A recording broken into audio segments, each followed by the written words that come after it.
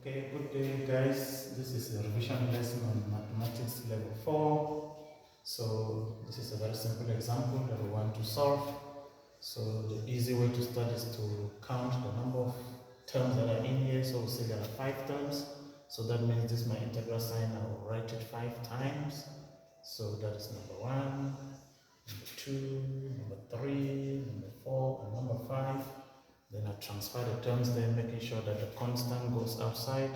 You see the first term is 9x. So I'll take 9 outside, I put the x inside, dx.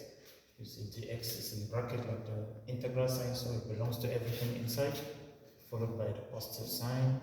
Then this one, if there is no number outside, you are free to put a 1, so that your constant is 1. You get to sec square 3x dx plus. In the next one, the 4 is a constant, it goes out, e to the power 2x dx. Then plus, here again, sign doesn't have a constant, so I'll put 1 outside. Since the 1 will not change anything, then I have my sign 2x dx. And finally, that one, it's a constant, the 2 goes out, the dx stays in. So this reminds me that I have to do integration 5 times. So for each of this integral, a level 4 student has got a formula sheet. So for each of them, there is a formula for each. So this one, if you're a level 4 student, you will be using formula 20. You see, I'm putting a power on x so that it helps me see that I'm using formula 20, which requires us to take x, you add 1 to the power, and then you divide by the new power, then move over to the next. So our 1 is a constant. The integral of sec square is formula 27, which says you get tan kx. You see our k is a 3 over 3. Then when I move to the next, 4 is a constant. I write my 4. The integral of e is formula 24 on the level 4 formula sheet, which requires us to write e to the power kx. Our k is 2 divided by 2. Then I move to the next, our constant is 1. Then the integral of sine, I'm not sure whether it's formula 25 or 20, yeah, formula 25. The integral of sine says you get negative. So usually when I see a negative, I practice putting my information in a bracket. It's negative cos kx. Our k is 2, the number in front of x, or the quotient of x. Then you divide by k, which is 2. Then finally, the integral of dx is always x, and then we'll end with plus c. So the last step will just be to do your simplification. So 1 plus 1 is a 2, so this one is 9x squared over 2. And this one is 1 over 3 times 3x. You see the job of the 1 that we placed outside. So it tells you that the fraction is 1 over 3, then here you get 4 divided by 2, it's a 2 e to the power 2x. Then here, if you didn't put this in bracket, somebody might be tempted to read this one as 1 minus plus 2x, which is very wrong. So that's why it's very important when I get an answer that is having a negative, I put it in a bracket. So if I multiply this, it will give me negative 1 over 2 cos 2x. Then plus 2x plus c.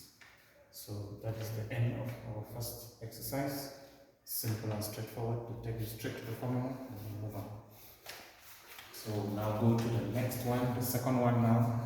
It's now becoming a little bit tricky. You can see there is some little bit of algebra to do there. But my starting point will be the same. I count the number of terms. It gives me 3 terms. So it reminds me that I'll put my integral sign 3 times. Then I transfer the terms in there. So with integration, x is not allowed at the denominator. So that means if I'm transferring this, x must move up according to laws of exponent. So 4 is the constant, it will go out. X will be now to the power 3. So it is only allowed at the denominator if the power is 1, so that its integral should give us ln. Now, studying this one, you see that the only constant there is a 2, so the 2 goes out. Now the variable will need a little bit of work on the rough page, which need me to do some level 2 work. So I see x over x, so that is the same thing as x over x to the power a half. using laws of exponent. I will take the x up, or this is x to the power 1. If I'm dividing two numbers with the same base, I will subtract the base of the power of the function at the denominator. So if you have 1 minus a half, so you see that it's x to the power half. So this is what I'm expected to do on my rough page, because this is level 2 work. Then I should know that here I'll be transferring x to the power half dx. Then for this one, there is no constant, I'm free to put a 1 there. Then I'll have my x to the power negative 3 over 2 dx. So that is now ready for integration, and you see all of them, all the three terms, they look exactly like term number 1 in our first example with the power of x. So they are using formula 20 on the level 4 formula sheet. So I'll be adding 1 to the power, then I divide by the new power. I go to the next, I write my x to the power half, I add 1 to the power, and divide by the new power.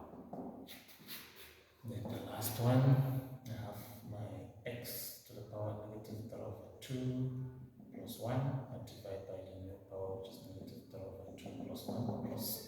So I can now use my calculator to check what is negative 3 plus 1, which is obviously negative 2. So I'm dividing by negative 2, then minus 2. If you add a half to 1, you will get 3 over 2. I divide by 3 over 2.